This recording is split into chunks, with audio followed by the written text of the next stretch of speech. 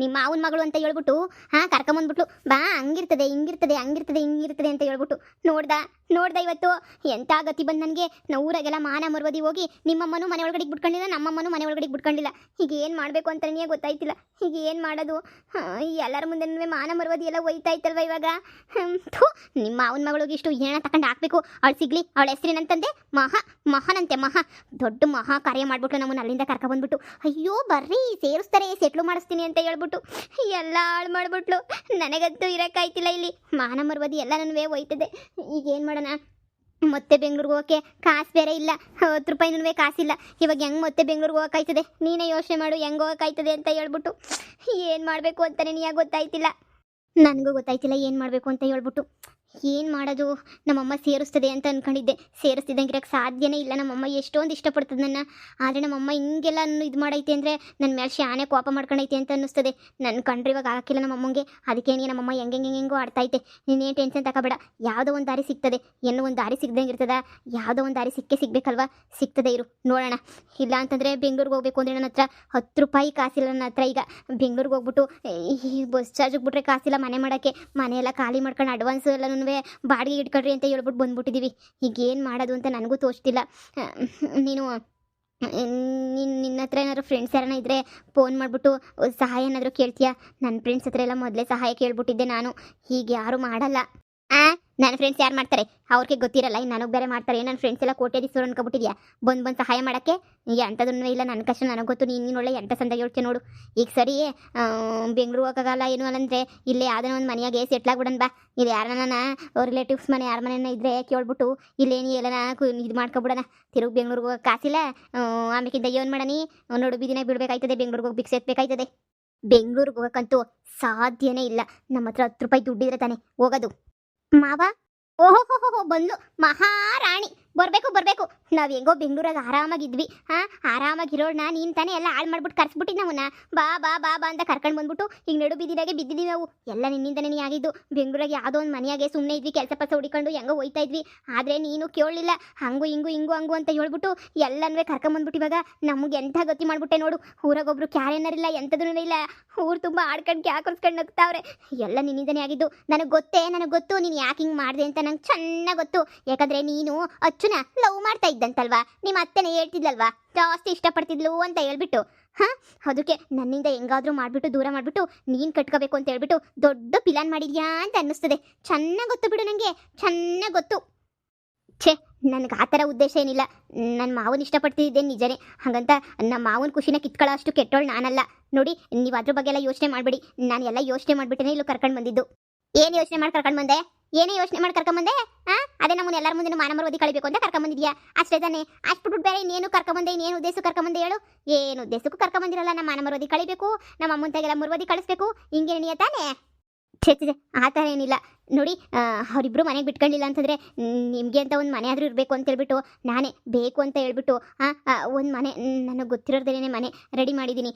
ತಿಂಗ್ಳಿಗೊಂದು 1000 ರೂಪಾಯಿ ಬಾಡಿಗೆ ಕೊಟ್ಟರು ಸಾಕು. ತುಂಬ ಹಳೆಯ ಮನೆನೇ. ಆದರೆ ನಾನು ಹೆಂಗೋ ಪರವಾಗಿಲ್ಲ ಅಂತ ಒಪ್ಸಿದ್ದೀನಿ. ನಿಮ್ಮ ಮನೆ ಪಕ್ಕ ಐತಲ್ಲ, ನಿಮ್ಮ ಅಮ್ಮವ್ರ ಮನೆ ಪಕ್ಕ, ಅದೇನೇ ಮನೆ. ನಾನು ಕಾಲೇಜಿಗೆ ಬರ್ತಾಳೆ ಅವಳು, ಆ ಮನೆ ಹುಡುಗಿ ಕಾಲೇಜಿಗೆ ಬರ್ತಾಳೆ ನನ್ನ ಜೊತೆ.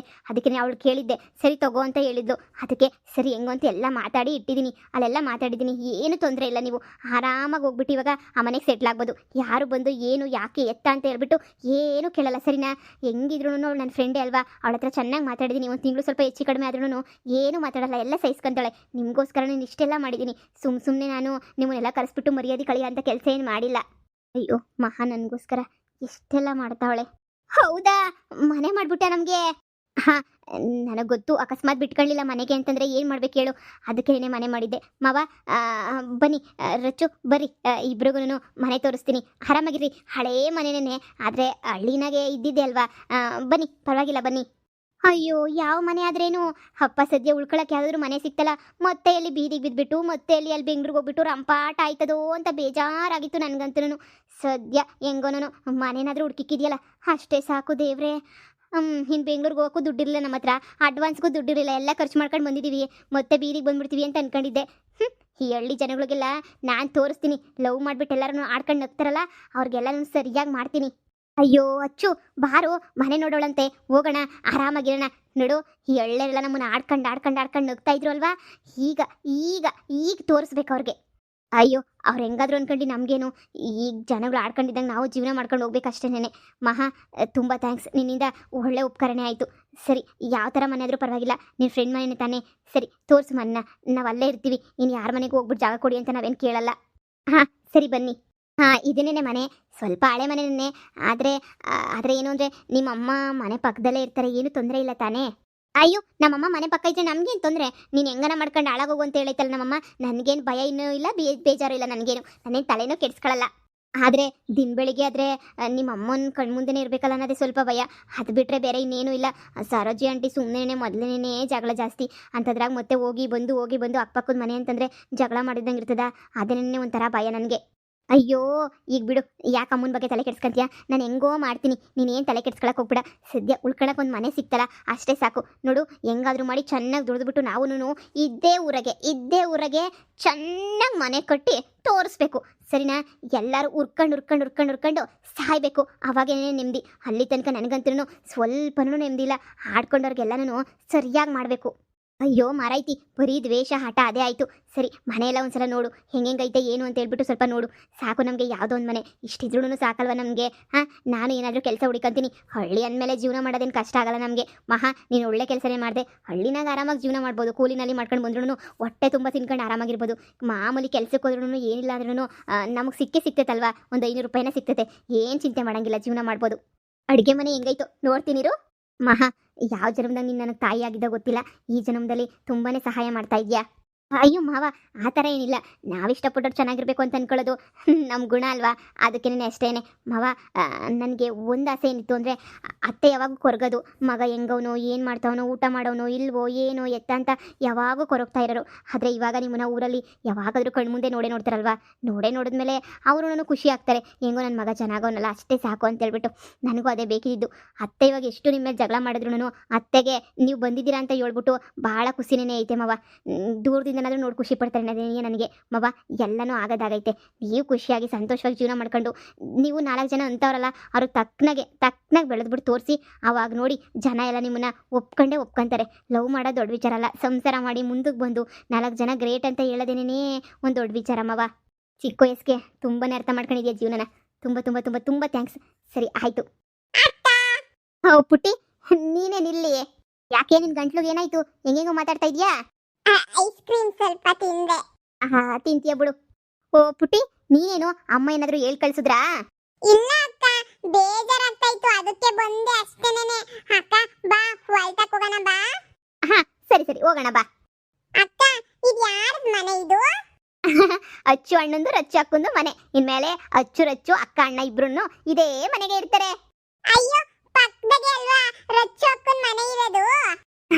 ಇನ್ಮೇಲೆ ಅವರು ಇಲ್ಲೇ ಇರಬೇಕು ಅಂತ ಅನ್ಕೊಂಡವ್ರೆ ಪುಟ್ಟಿ. ಇನ್ಮೇಲೆ ಅವರು ಇಲ್ಲೇನೇ ಇರ್ತಾರೆ. ನೀನು ಬಂದು ಅವಾಗ ಆಟ ಆಡ್ಬೋದು.